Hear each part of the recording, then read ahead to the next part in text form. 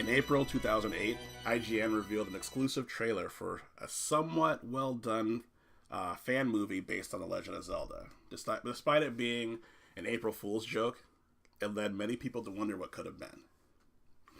In April 2014, Google and the Pokemon Company came together with the Pokemon Challenge, allowing users to use Google Maps to catch Pokemon. This was kind of a beta to the Pokemon Go application. What I'm getting at is sometimes in the industry we have April Fools, where either someone will perhaps do something fun or something not so fun to its fan base. In this episode, we're going to go ahead and examine cases where we have been April Fooled by the producers and the developers of these games. Hello, Video Land. This is the Batcompany Batcast, one of the thousands of places where we talk games. I'm your host, Justin, a.k.a. Zalmute, a.k.a. Tsujin. With me today is the Vice President, Senior Operating Executive of Batcompany, and also my sister in real life, Nicole. Go ahead and introduce yourself and your handles. And my handles, too? Oh, gosh. Well, I'm Nicole. I'm, of course, the older sister, not the oldest, but the older sister to Zalmute. Yes, I also am the president / vice president / operative / bloody knuckle of that company. So if anybody does anything bad, I got you. Gamer tag is either Boomer319 or Naj, or Naji, depending on how you say it. And yes, we're here to talk about April Fools. And yes, we've been April Fools at one point or another.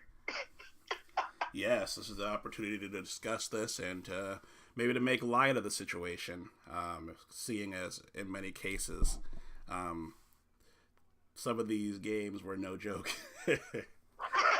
But welcome to the show.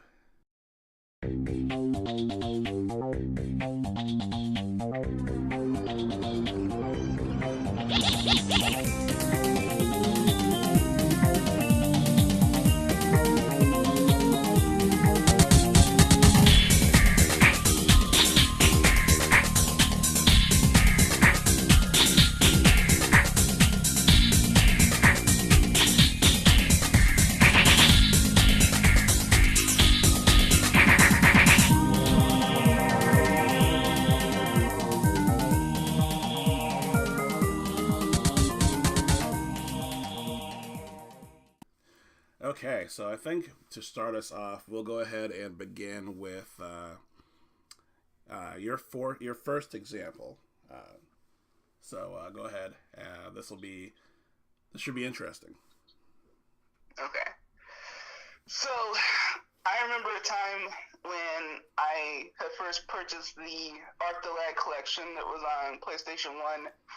Back in the day, I happened to run into it when we went to Davenport one time at a GameStop, and I was like, "Huh, what is this? This is really cool because you get the whole collection. It comes with some buttons, like for the knobs on your controller. Had like a map, a poster, kind of like your Lunar collection, but it was, of course, Arc the Lad. And it had 3 games. The first game, second, third, and like a Monster Hunter type of game. Monster Arena is what it was called. And so I got that, and I was like, oh man, this is pretty cool. And so eventually I started playing the games. I started with the second one because the reviews on the second one were way better than the first. So I was like, and they said too that it really doesn't conflict with the game too much in terms of story. You just have to relearn who the first characters were, which, it's not that big of a deal for some people. For me, it wasn't. So I went ahead and played that one. That game was phenomenal. Just, you get into the whole storyline of that, and which of course is about genetics, because everything in that era was about either your genetics or you're manipulating stuff too much, or just robotics, anything like that. Yeah, it wasn't usually about versus nature or something like that. Like yes. What was it? The theme of a lot of the Japanese RPGs at the time. Mm-hmm. Yeah, if you mess with nature, something bad will always happen. The animes are like that too. on top of my head. Rujin Z was kind of one of them, where you're messing with, you're playing with life. What was it? Princess Mononoke, right? It was kind of like that too. It was more environmentalist. But yeah, in that era, there was all sorts of things. Circe's, I think, was the other anime I was thinking of real quick, just to get off of anime. But that was another one that was messing with genetic manipulations and stuff, and it was messed up. So that was like a really cool game to play. I played the first one, and I was getting into that too. But that second one is just the best. The third one I started, but I never actually got too far in it. Like I got in the intro, and that was it. But anyways, PlayStation 2 had Arc the Lad, and I can't remember the name right now of the title of that one. But that game was okay. It was like Twilight of the Spirits is what it was called. Okay. And it was okay. I mean, it was 3D-ish like environment. It had the characters were okay. They kind of talked about the main character arc a little bit, but they didn't exactly show him yet. I didn't beat the game yet either, but I got pretty far in it. And it was one of those games too where you kind of just play it mindlessly and you don't even think about it. Because at one point I got to a part where I'm like, I'm stuck. I can't fight anymore. And then I realized we had skill points. And this was like 3/4 into the game. Like I'm almost done. I almost hit the boss. Wow. The main boss in the game. And I didn't even use any of my skill points. What's interesting is that back in the day, a lot of times they just kind of left you to determine or figure out some things. These days, we're always concerned about being over tutorialized. But back in the day, it wasn't always the case. No, it wasn't. It was like either some games would be like, hey, we'll tell you what to do. You just go from there, baby steps. Or, in the age of Atari, they'll just be like, here's the game, here's a book. You're a little kid, you're like, I'm not reading the book. I'm here to play a game, Right. It took forever for me to understand, like, what Pitfall was actually about, because we never had a book for Pitfall. We just kind of just had the cartridge. So, we kind of just figured out, hey, you just either run left or right, not knowing that left or right were two different, difficulties. Just kind of go through it. That game was really hard. That's probably another discussion for another day. Yes. Some of those extreme classic games. But back to Arc the Lad anyway. Twilight of the Spirits was, it was a pretty decent game. And so when I was at GameStop and I was talking about Arc the Lad one day with one of my friends that worked there, he was like, well, there's another one coming out. Yeah, so I was like, okay, I'll go ahead and reserve it because maybe it's better than the other game. All right, so then I went ahead and did that. Couldn't really check the display boxes at the time because I didn't have them ready. So we also didn't have internet at home, so we had to use it other places in order to, maximize our internet time.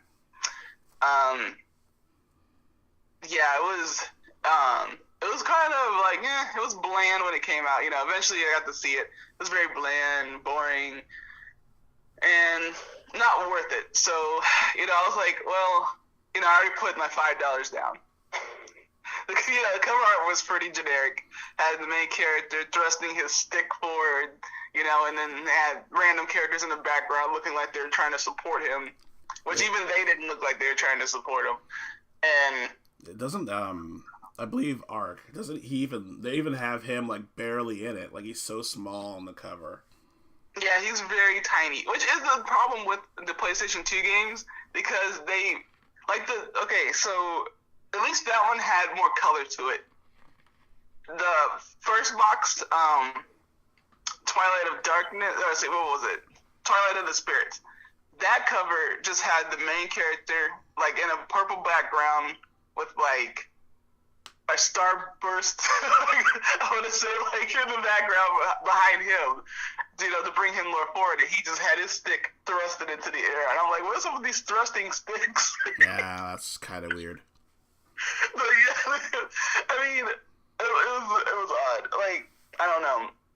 That cover was actually really boring. It it's Three Those Generic Adventures with Mowgli, because he looks like Mowgli for the Jungle Book. Anyways, so I eventually got the game. It came with like a button, I think, or something. It came with something lame. And I put the game in and started playing it, and it was so bland. Oh my gosh. The characters had the generic backstory. Somebody invaded my village, killed said relative, took my best friend, and we're going to go ahead with the adventure. So then I got to the part where you go to a town, another town, and they teach you the thing that I hate in game. Most games, I really hate this. Okay. But they teach you the game mechanics. However, the game mechanics were a card game. Oh, I see. Yes. So I immediately tried to learn it, and I got frustrated, and I stopped. And I was mad, and I was done. I was like, no, I'm not playing this. So I did end up taking it back to GameStop that very same day, because I just was not. I'm not gonna learn a card game, pretty much. You know, there are regular card games in real life that I can physically play that I don't take time to learn. So I'm not gonna sit there and learn a card game within a game, so I can learn all the mechanics. I don't have time for that. Like, you know, that's something I want to escape. You know, it takes a little bit more effort to do a card game, and learn a video game's mechanics at the same time. Like, that's just not me. So I did end up taking it back that day, and I got something else. I think it was .hack, which was yet another game series that I had at one point, but I just ended up taking it all back. Gotcha. Did you at least get no time. Did you at least get a good deal for the Arctolad game? Yeah, since it just came out, I think I got $25 back from the 40 or something like that. You know how GameStop is. Oh, yeah. So, yeah, I did at least get something back. I think part of the reason why they went with a card mechanic is I think they were trying to go and push that the Sony online service, because I think this game in particular could do like multiplayer, which is a good sign. Taking a traditional RPG series and shoehorning multiplayer into it. Yeah, which is cool, but you know they could have did it a better way. Like if you wanted to do multiplayer, you could do kind of like, I don't know, I'm trying to think of a game back then.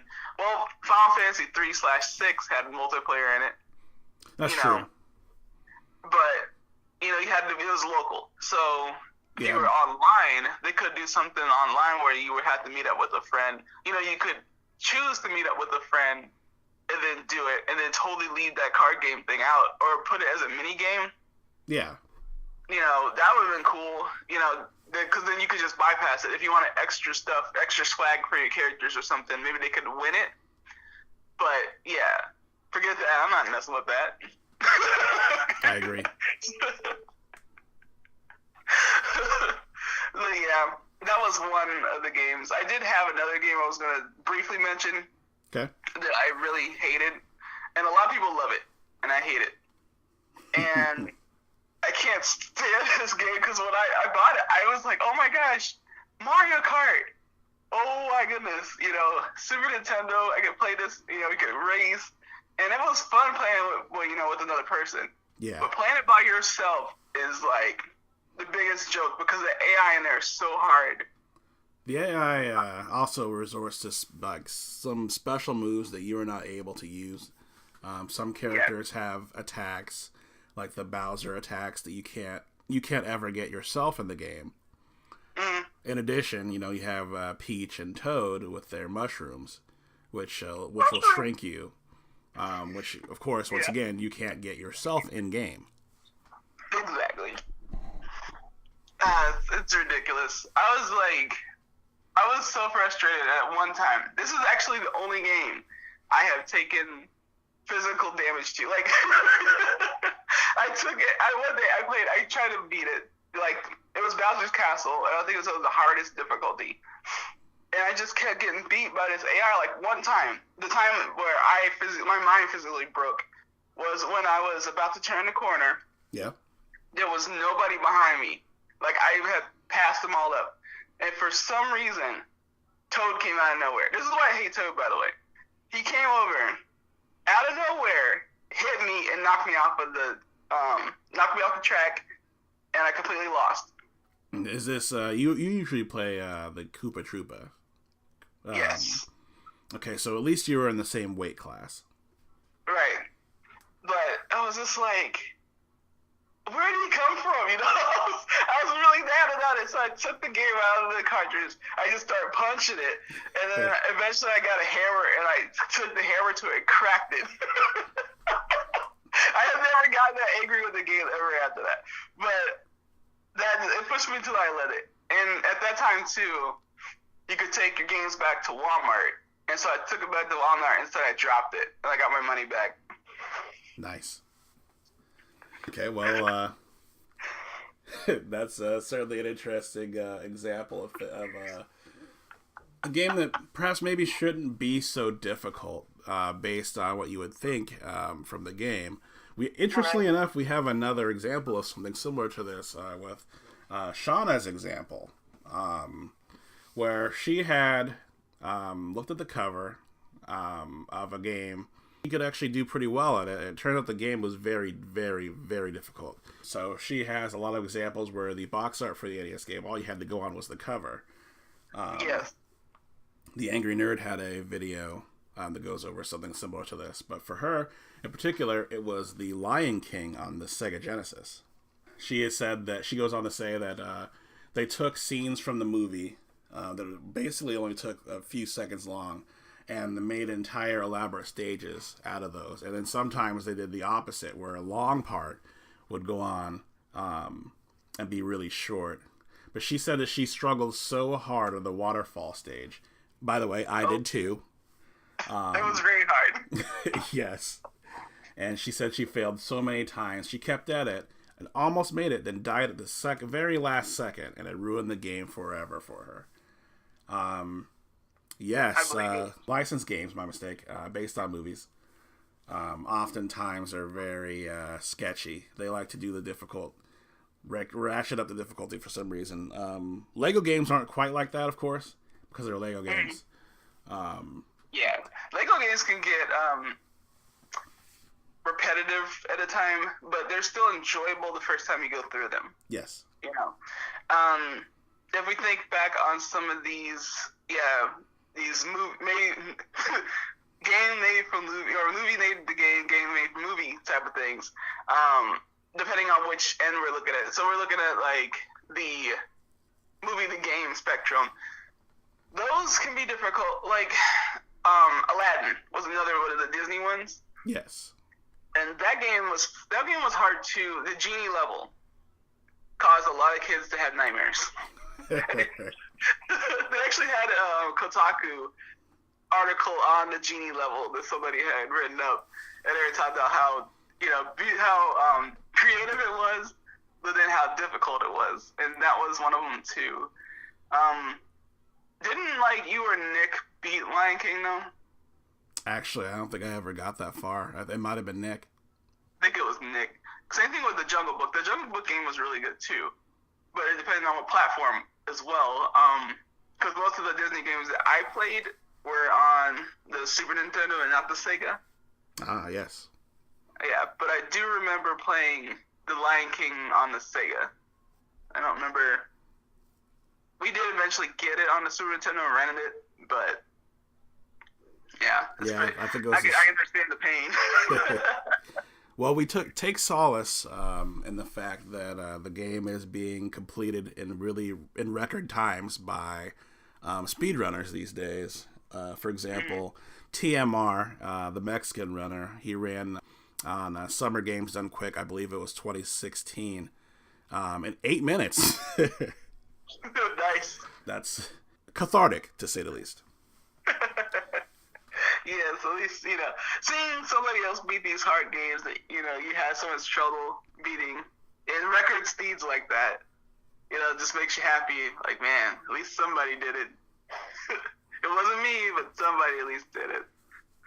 Okay, so with our next, let me see. we have our next example sent in by Austin. I'm going to kind of just read through his really quick. Austin would be our main media contributor, top contributor. Yes. The Bat contributor. So Austin has here, he's like, so for example, this would be, okay, so example he has is Guild Wars 2. Everyone pretty much was hyped up about this game. I got the hype until I played it for the first time and found out it was one of the most dullest MMOs I've ever played. I actually enjoyed more out of RuneScape 101 than this game. Or 1.0 than this game.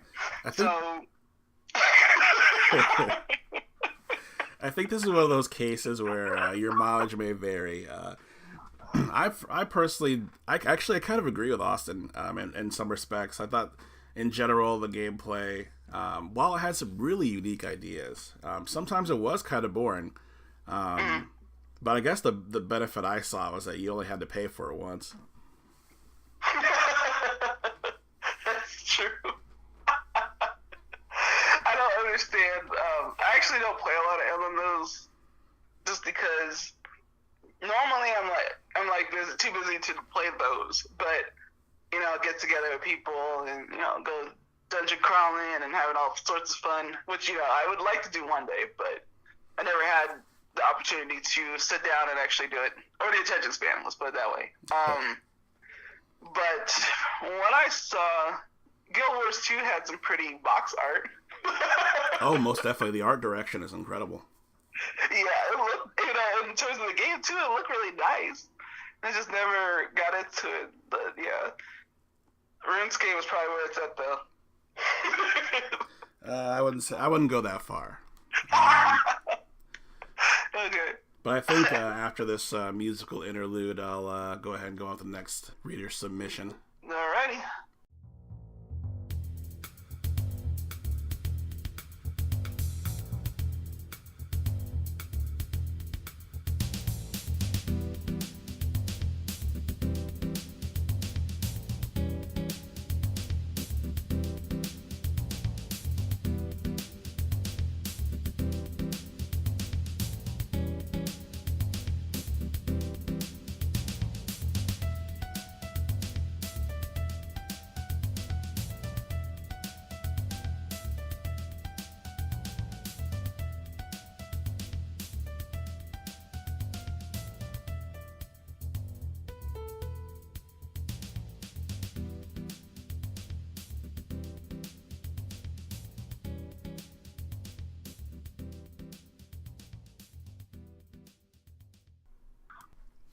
All right, the next submission comes from our very own Kryptonian, Carlo. He said, "I think I'll say Animal Crossing Happy Home Designer. Maybe I just didn't do enough research, but I like going into a game surprised anyway. But I was unpleasantly surprised to find out you couldn't even design your own home, and it is in the freaking title.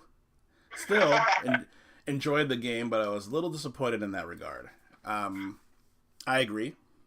I actually got my copy as a pack-in with my new 3DS mini, or the small. Yeah, they had to give it away somehow. No, I'm joking. Some people did find some enjoyment in it. Me, myself, I was disappointed in it a lot. And then this actually dovetails with the next submission, so we'll keep them going. Oh, well, Shauna enjoyed it too, quite a bit. And she let me try it out when I visited that one time. And I could see it being a $10 game and not full price. Yeah, that was a little hard to swallow. Some enjoyment. And I like the fact that it was made, because then in the Animal Crossing update for New Leaf, you do have that option to spin your furniture and stuff and, put things on top, and you actually see the building blocks on it, from the lower screen onto onto your main screen. And that helps that game out a lot. So it's a really good addition to New Leaf, but as its own standalone game, it was lacking. Yeah, so we'll go ahead, yes, to the next submission, which was Sabrina, and she says that she was super excited for a Nido Festival. Yay! Yay! Which is true, she was super excited. I remember her talking about it a lot. It was hinting that it was Nintendo was working out the mechanics for a full Animal Crossing game, with it being $59.99. Ouch! Thought it would be more. That would be more like a Mario Party game. It was not. So it has a pretty set track, and the board. Let's see, and like board with paths that you could choose options on. Essentially, I was feeling pretty okay about it, and I was hoping to do, it was a test run for a full game on the Wii U. But when they announced that they were giving the 3DS update to Sell Your Town, I was not disappointed. I was not pissed or disappointed. Overall, it was a waste of money. Let's see, the only silver lining was the amiibo, which is true. You get those cool Amiibos. The game now sells at $9.99 at the retail shop. #gypped. I do agree. Yeah, this game was very unfortunate. It's one of those situations where you would think that they would take more time to do more with it, because we kind of expect a certain level of quality. But it was a situation where at the end of the Wii U lifespan, they were just trying to get games out, and unfortunately, the fans paid for it in more ways than one. Definitely. I feel like both this game and Happy Home Designer test me for my patience and my brand loyalty to Animal Crossing as a property. I actually feel like these two games, in my opinion, damaged my expectations for what's coming up next. When companies rush games just to make a quick profit because the system's dying, that's always a very tricky spot to get into. Because when you start seeing articles about, there's an upcoming system, be very cautious when you start buying games toward the tail end, because usually there's like a pocket of time where they just push a bunch of games out. Kind of like when they launch a new system too, you have to be wary about the games that come out, because when the system's gaining life and momentum, generally you'll get better quality games because they'll actually have time to sit down and work on them.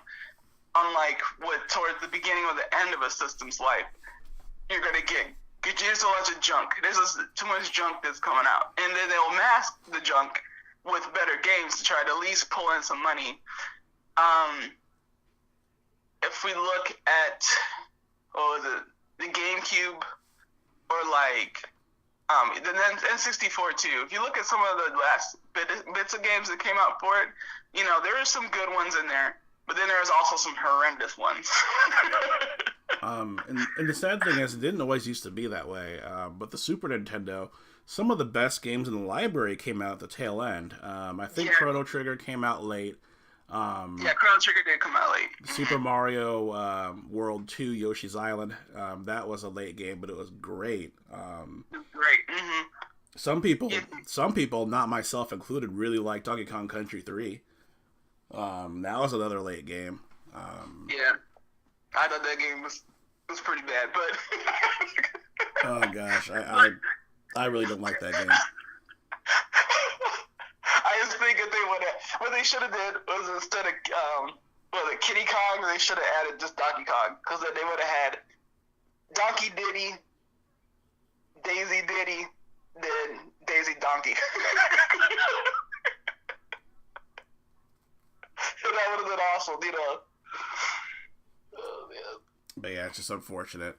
The Wii U, we had the Amiibo Festival. We also had Mario Tennis, which was it was discounted. Mario Tennis was $49, but it still lacked many of the modes that many of the other Mario Tennis games had. I didn't get it because of that. just take those modes and port them over. I guess it's difficult. But my guess is just like I was saying, they're just trying to rush to get the game out. And it's unfortunate that the fans had to suffer for it. Right. I mean, they did have that one mode where you could do the little island adventure things, right? I think so. Yeah, which was nice. I mean, that's something. Usually they try to avoid online for some reason, like the plague. I'm like, people do, enjoy playing games from distances, with their friends. So I don't know why they don't add that to enough games. But, that was one good thing to say about it. Also, it was a pretty game too. Yeah, and the animation looked really good. Yeah. My main concern with Amiibo Festival was the fact that I'm like, it probably would have been just a better board game. Like, you just go and like Monopoly. Okay. And you just buy it at the store, and you would be like, oh, this is a cute little game, and it would have your Amiibos in there, as your figures, and they could have sold more Amiibos by having, more characters put into, like, the game, kind of like, like your Monopoly pieces, but it could have been Amiibos, and, you could just set it out and play it like a board game. It's not the first time Nintendo's ever done a, just a physical board game. They've done a couple in the past, right? Yeah. So it's not like they couldn't have did it like that. And I think it actually would have been a better game than sitting down and playing it, with the controller, which the controller was kind of pointless too. I mean, you put your Amiibo on to spin the dice, and you take your Amiibo off. Yeah. I mean, that was really, really weak. It was weak. I mean, saving your data was kind of cool, because you could bring your piece over and, use it to play, but... That it presumes one would want to play the game again, which... Exactly! The first time I played it, I had enough. I was like, you know what?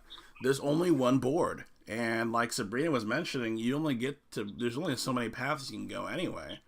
And the reality is, this game is so random. It's hard to have any sort of strategy and feel like you're actually going to get somewhere. Right. It was pretty bad. Let's see. We can go to our next one. That works. Our next submission comes from Nick all the way out in Germany.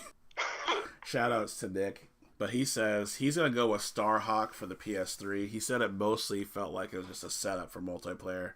And there was like a campaign, but it really was just an offline version of the multiplayer. He has a couple other examples, but to touch on that real quick, what was that game? Titanfall did the same thing, where they said there was a storyline for the first Titanfall, and it literally was multiplayer, but they just slapped some text on, or read some really weak story between the gameplay. Oh, wow. Yeah. Apparently Titanfall 2 did a lot better. They have a really good campaign, but I still haven't played it personally. I remember seeing ads for it. I actually have never heard of Starhawk. Like, so is it... I mean, I'm trying to be it just sounds interesting, just as a title. It's like it reminds me of one of those Nintendo games. Like Starhawk or something, like a shmup. Yeah. So I'm like, I'm intrigued to know what it's about, because I actually have no idea what Starhawk is about. Actually, here's some interesting things. Do you remember that game that came out called Warhawk on PS3? Where it was just basically... Oh, you didn't play that one either? Okay. No, I didn't play that one either. Well, Starhawk was basically a pseudo-sequel to Warhawk. Warhawk was like a big mass multiplayer game where you get to fly tags. You get to drive tanks and fly airplanes. I wish you could fly them. That'd be awesome. I think the only flying tank I know of is the Landmaster in Star Fox. But basically, it was like it was a cool concept for a game. You could be on foot, or you could be in a vehicle, or you could be in the air. You could fly the titular Warhawk, which was a awesome flying machine, and it was a fun game. Starhawk was supposed to be a pseudo sequel, like I was mentioning, but I didn't play it. So I can't really say much about it. I did play Warhawk, so that's the only frame of reference I have. Mm-hmm. To go on from Nick's example, he also felt like the GoldenEye reboot let him down. Which one? Yeah, actually, I should have asked for clarity on that because there was quite a few. Let's see. Another example he had was The Walking Dead Survival Instinct. He said there was a lot of hype going on it, and he likes The Walking Dead in general. He bought on release, and he says it could have been good, but there was really no reason to keep playing it. Because apparently you always needed stuff like that, like gas to get through towns. The first town he just kept dying. It just wasn't a good experience overall. Which is a shame. The Walking Dead games are hit and miss. Like, you got the Telltale games, which are really great to play, but those are kind of choose your own adventures. And then you have the other ones, like that one. There was the other game too. I can't remember what it was. With Daryl, I think, was the other game. Or it might be that one. I don't know. But, yeah, I don't know why they always miss with the Walking Dead games. Like, they have so much source material to go off of. The comic book, they have zombie apocalypse movies that they draw from, too. Because the main thing about Walking Dead is surviving, becoming a survivor. And when you think back on the history of games being made, there's so many games that touch on this already. I don't know why they always make these Walking Dead games and they fail. I think maybe they're shooting too high. Yeah, I can see that. Because you're like, oh man, Walking Dead, we gotta make it good, and then it ends up sucking. So I don't know. Is there anything else you would like to add to that? Before we move on to the next one, because I have a lot to say about this next one too. The next few of them actually seem to have a very common theme. So actually, let's get to the hype block, what we call it, the company hype block. But before we do that, let's take another small break. Yes, let's do that, and then we'll get to the next one.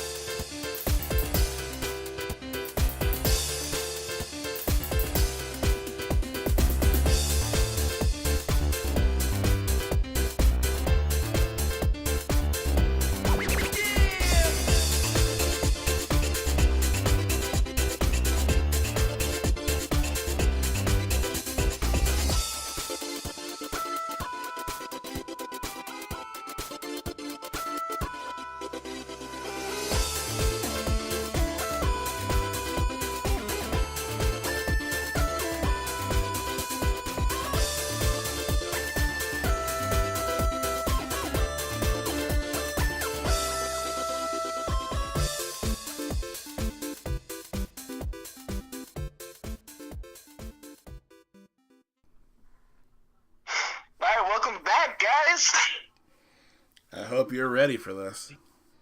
Alrighty. So this comes from our older brother Nick, the designated guy at Batcompany. I don't know what title to give. Yeah, me neither. Oh gosh, we didn't give Shada or Sabrina or Nick a title either. I mean, Sabrina's even my wife, and she didn't get a title yet.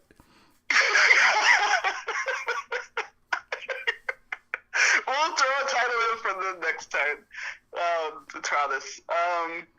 Okay, so Nick has an interesting. Our brother Nick has an interesting tale or fable, I guess we should say. Oh snap! So there was a time when people on the Xbox. It was original Xbox, right? Yep. And this game was coming out. It was so amazing. There's so many tales are coming because it's like it has multiple endings, and you choose between being good or evil, and all this stuff. So Fable, when it was coming out, it was a big thing. Oh, yeah. A lot of people were talking, Game Informer, whatever magazines, where else were out there, they were talking about Fable this, Fable that, and it was an interesting idea. being able to have such an immersive world, I guess, being made, and which is also another thing, a common theme that's going to be coming up in conversation a little bit later in the conversation. But you know, you had this massive game come out, and so Nick was super hyped for this game. Okay. So he said that Fable will always be the most disappointing game to me. It was boasted so many innovative ideas, which it was. Again, another common theme is going to come up probably in the next couple of examples. Oh, yeah. Where innovative ideas, yet when it push comes to shove, it's just a standard hack and slash action game, which was fine. But when you have such ideas such as your character's age reflecting your experience points, and how you plant a seed in the ground as a child, and then come back as an old man and see that the tree fully bloomed, that's asking a lot. It certainly is, given the hardware at the time. Yes. Even, I think, if it were, I don't know, for some reason, if it was a PC platform type game, I think it might have been a little bit better because you could mod that stuff. Oh, yeah. Yeah, and so thinking of it in that aspect is probably, you know, it was reaching. They were definitely reaching. Nick he could write a fable about this because he went out to, you know, he actually walked out to GameStop, and that's not even, you know, it's a long ways to walk. And he walked out there to get the game, and it didn't even come out. So he was already pushing fate. You know, it already wasn't turning into his, you know, it wasn't going his direction favorably. So, like, yeah, he said twice, he had to go to a GameStop twice. The first time he walked all the way to GameStop, which was how many miles? Oh, I don't remember. I think it was like a 1.5 hour walk there and 1.5 hours back. Something like that. It was quite the walk. But, you know, they let him get the strategy guy early, which is like, thanks, you know. But, yeah, he went through it when he went and got that game, and, yeah, I think he actually kind of enjoyed the first one, but, you know, it didn't live up to what they promised. No, it certainly didn't. Peter Molyneux was the famed designer behind that. And the industry, at least they kind of remembered not to do that, but we'll see shortly that history repeats itself sometimes. Indeed it does. So we actually have 2 submissions for the exact same game. 2 different stories, I would say, too. I'll let you go ahead with this next one, Justin, and then it'll kind of tag team the last one. Okay. So this one comes from Rob. First things first, the game in question is the tragedy of this generation's game industry games. So this game needs no introduction. This game is the infamous No Man's Sky. This game, which, if you think about it, it kind of makes you wonder how this much hype got started in the first place. Basically what happened was the designers behind Joe Danger, a Excite Bike-like game, decided to shoot for the stars and create their own universe sandbox. The idea was that you'd be able to drive from planet to planet, literally exiting atmosphere into space, hyper jumping to another planet and excavating other planets there. The developers behind this game had a massive showing, and a lot of hype was put into it. Sony, they actually started funding it really heavily, and they started pushing the game everywhere. It was everywhere. People were talking about how expansive and important this game is going to be for the future of games. No pressure for the developers. Crap, what's their name again? Hello Games. It's such an easy name to remember. Anyway, so Hello Games, they even went on Stephen Colbert and talked to him. And the worst part about it is, a lot of the times he would people would ask him direct questions about how the game played, and he would just nod and say that feature's going to be in. Yes, he did not. He wasn't really a denial type of guy. He wanted to please everybody so much that whenever they asked him a question about the game, he would just agree. He was like, "Yeah, you're gonna put it in there. We're gonna put that in there." And it's unfortunate. That should have raised so many red flags. It really should have. He had such a small team too. Yes, which actually makes me wonder about Sony. Like, I'm like, you guys are pushing this game, but maybe you should have pushed some of your developers in there to make sure, or the project managers, to make sure this game was going to go right. I mean, sure, you want the developer to do that themselves, but if they're making promises like that, they need to have somebody in there too that kind of does checks and balances on them, and that's what project managers usually do. When you have a massive project like that, you would want to send somebody else in there to help collaborate to make sure the project is going as they said it was. Especially if you're spending all the money to get all that marketing, you'd want to at least make sure your investment's going to back it up. I'm going to go ahead and further read on with what Rob was going to say, but before I do, it's just, I also kind of feel bad for Sean Murray, mostly because the one time they tried to delay it, PlayStation fans gave him death threats. Death threats! They threatened to kill him because they couldn't play the game. If they don't get what they want to kill you. But Rob's experience was a negative one. He said he had such high hopes, and then found out it was not multiplayer. Found the gathering because there was like a gathering system where you can gather resources. He said it was pretty stale and basically just for selling, as opposed to crafting much more beyond your blaster upgrades, or just to gather more and more stuff. So it's basically a boring feedback loop. And what made it worse is, he said, the head designer just kept saying everything would be in the game, just so we touched on, and then it fell off the planet. And then the drama from the Twitter account, which that was humorous. Someone hacked Hello Games Twitter and wrote stuff like "No Man's Sky was a mistake" from their official Twitter, so that was pretty harsh. But at one point, they did finally start making updates. After a long hiatus, the team kind of set in, they bunkered up, and they were like, you know what, we should still concentrate on getting this done. So they've been making steady updates, but by then, the damage was done. And for Rob particularly, he said it was already a meh game in the first place, and that it completely lost his interest. Definitely. That game, it's so sad because it did shoot for the stars. Unfortunately, it crashed hard and annihilated quite a few people. It was almost like an Armageddon of the video game world. I will say that to me, I could have got it on PC when the hype was really getting out of control. I didn't do it though. I was just kind of taking a let's wait and see approach. But I will say that I kind of feel like a lot of this was kind of a witch hunt. And we'll kind of touch on that a little bit further on in the next portion.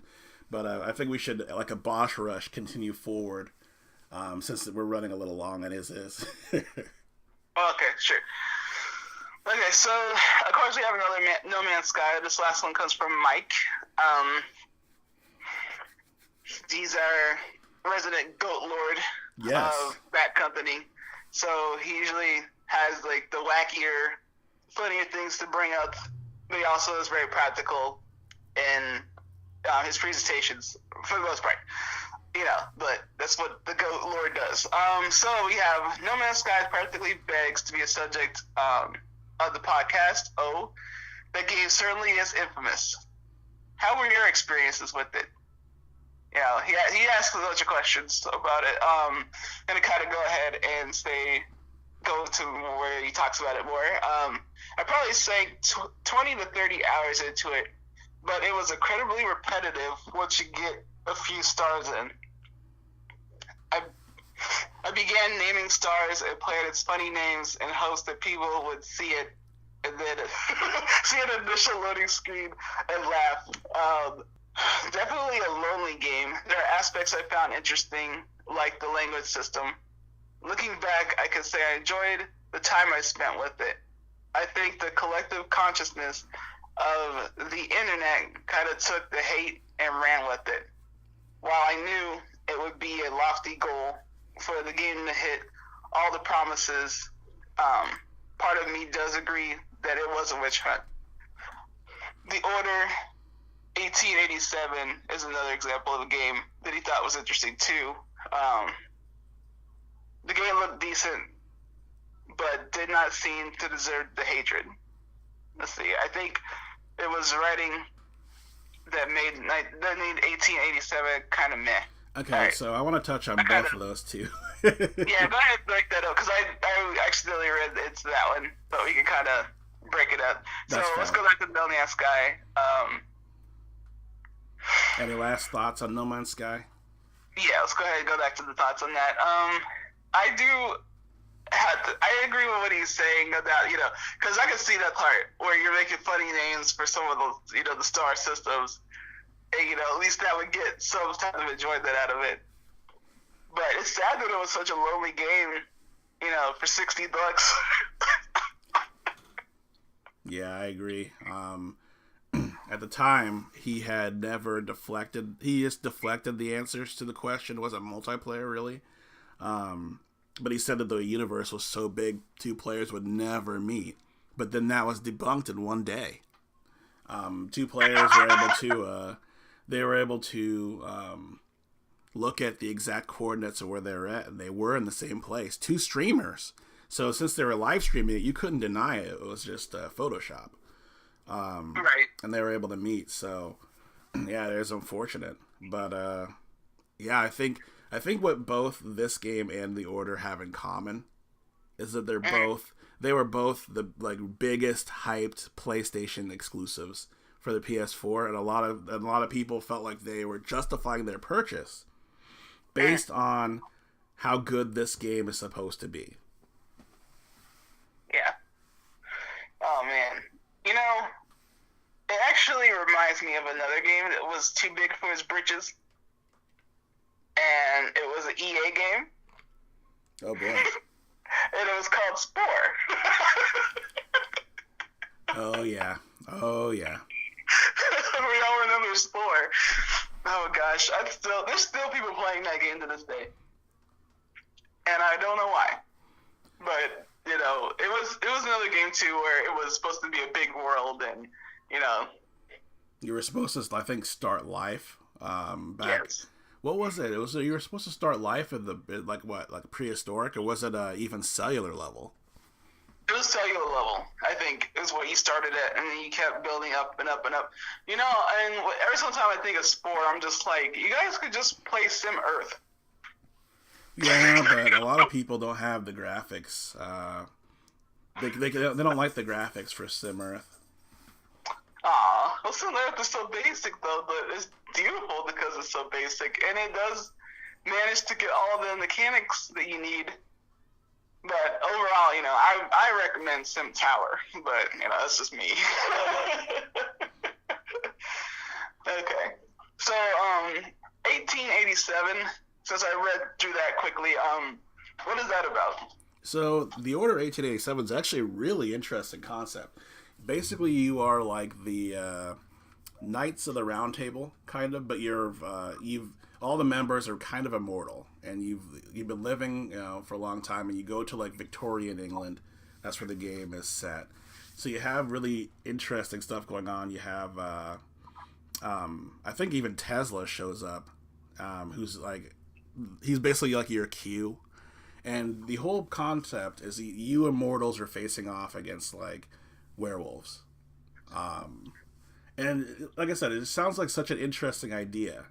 But it turns out that the actual gameplay was boring. And it seemed like... And the sad part is, if you were to go take a look at some of the old interviews with the lead designer of the game, he even said something to the effect of, well, we are making a video game, that I guess we can't get around. So he only really wanted to make a movie, but he didn't really want to make a game. but in the gameplay shows. The problem with the Order is just that it was just dull, and it didn't last very long. Yeah. But it is one of the most graphically impressive games currently out. That's interesting to know. Like, I actually hadn't heard about it, so, I'm actually kind of interested to see at least some type of gameplay footage of it. I wouldn't go out and buy it myself, but, yeah, it'd be interesting just to look at it and see, how graphically amazing it is. Okay, so I actually wanted to bring up a dishonorable mention, I guess, at this point. Okay. Really brief. But I wanted to talk about Heavy Rain. Oh, wow. And, okay, so Heavy Rain, actually anything that, I can't remember his name right now. What's the guy's name again?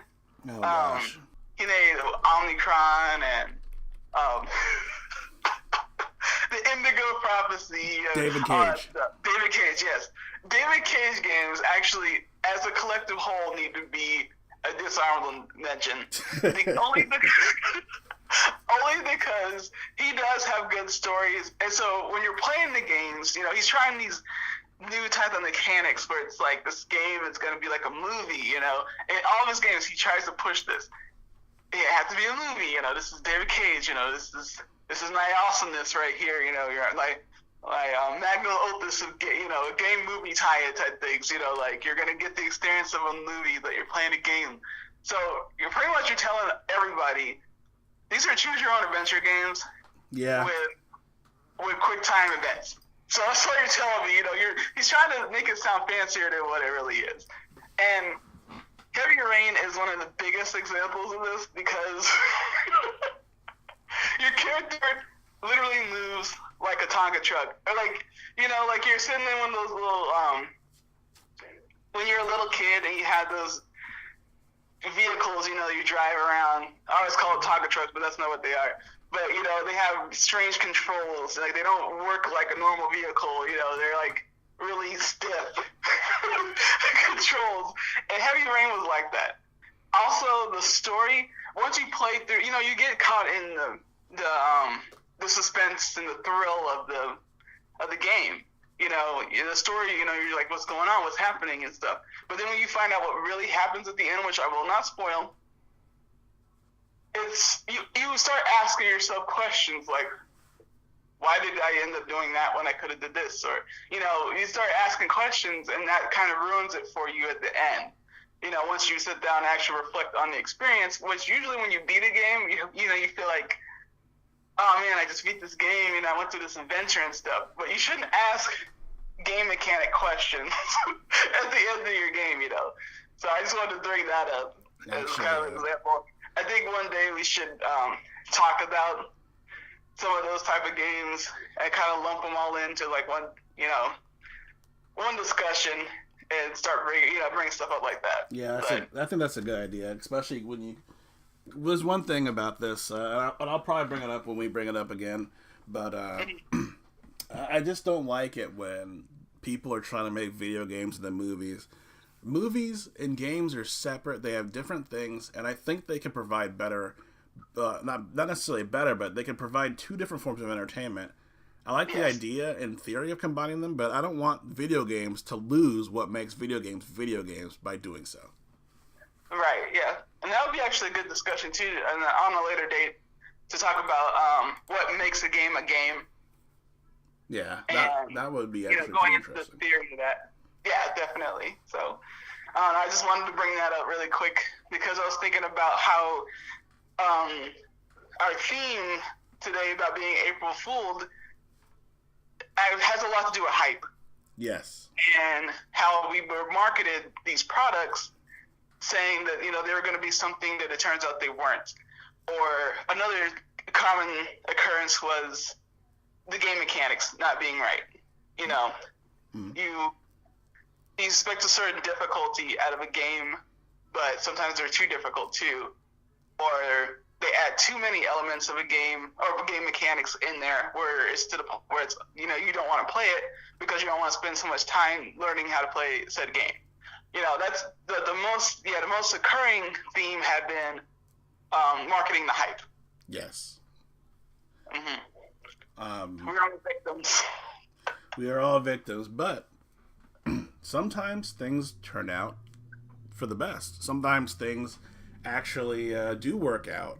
And interestingly enough, the example we're going to give now, again for Mike, takes the opposite approach. They did not actually hype this game.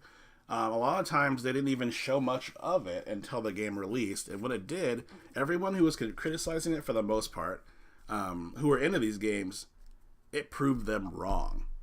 The game we're talking about is the new Doom. The new Doom is amazing. Mike, he went in expecting to be kind of just like, it's another shooter. But he was blown away by how good it was. But me, myself, I had faith once I saw how the game was kind of showing up, turning up. But, a lot of people still were like, they're not even giving us review copies. That's a horrible sign, blah, blah, blah. I went all in when I bought my copy. And I got the limited edition with the Revenant statue. Ooh, yeah, that statue's awesome. It lights up and fan turns. Makes it the biggest amiibo I own. But I think what I appreciate the most about the new Doom is it feels like classic Doom in a sense that you're always moving. You're finding health packets and whatnot. You carry more than 2 weapons. I know, it's a shocker. And the game has this really neat ebb and flow in the heat of combat where you'll be taking on guys and then you're like, oh crap, I'm getting low on ammo. Then you switch to your chainsaw to take one guy out real quick, get your ammo back, and then go back into shooting. And then some of the later levels got pretty difficult for me. I mean, I'm no dime who speedruns Ultra Violence on Doom 2, Doom 1 on SGDQ. So I'm no dime. I'm not the best at these Doom games. I really like them, but I'm not him. But I felt the game was great. I felt it was the best version I could have asked for. Right. Which is always good, when you get a game that, that doesn't have, they don't, I like when they don't hype it so much sometimes, because they don't know, you don't know what to expect. And when they don't show you stuff too, and they're like, yeah, we got this going, and then when you get it, it's like a big shock, it's like, man, this game is awesome, I love playing it, blah, blah, and it's not like, I like how they get mad if they don't get something too, like, depressed people if they don't get a prize, or like some type of, slide it over here type thing that says, hey, pump my game up and I'll give you this. It's not like EA, again, giving people brass knuckles, Right. Just, keeping it the way it is, just here you go, here's this game and it's awesome. I mean, I guess in one respect, it looks fantastic. It looks fantastic. I guess in one respect, I kind of understand where reviewers are coming from, because a lot of times they don't get paid much, so they sometimes, they come to expect, hey, you want me to review your product, not necessarily for a good review, but you want me to actually do it to give you more coverage. It would be helpful for us to receive a review copy so we can do that. But at the same time... I put him a box of leaves. Right. At the same time, it's kind of like a two-way street, I guess, is what I'm trying to get at. It is because, I don't know, I don't envy professional reviewers. They have a hard job, and they have to deal with a lot of stuff I don't have to deal with. I respect that. But at the same time, there's some weirdness there too. Not all reviewers, but there's been some really weird things, questionable things that some reviewers have done in the past. But you can read all about that on the internet. But I think unless you had anything else to go, I think that we can start the wrap up. Yeah, I think we pretty much covered everything. it's nice to end on a positive note. The only thing is, do you have a game that you would like to bring up? Because you heard from everybody else. Yes.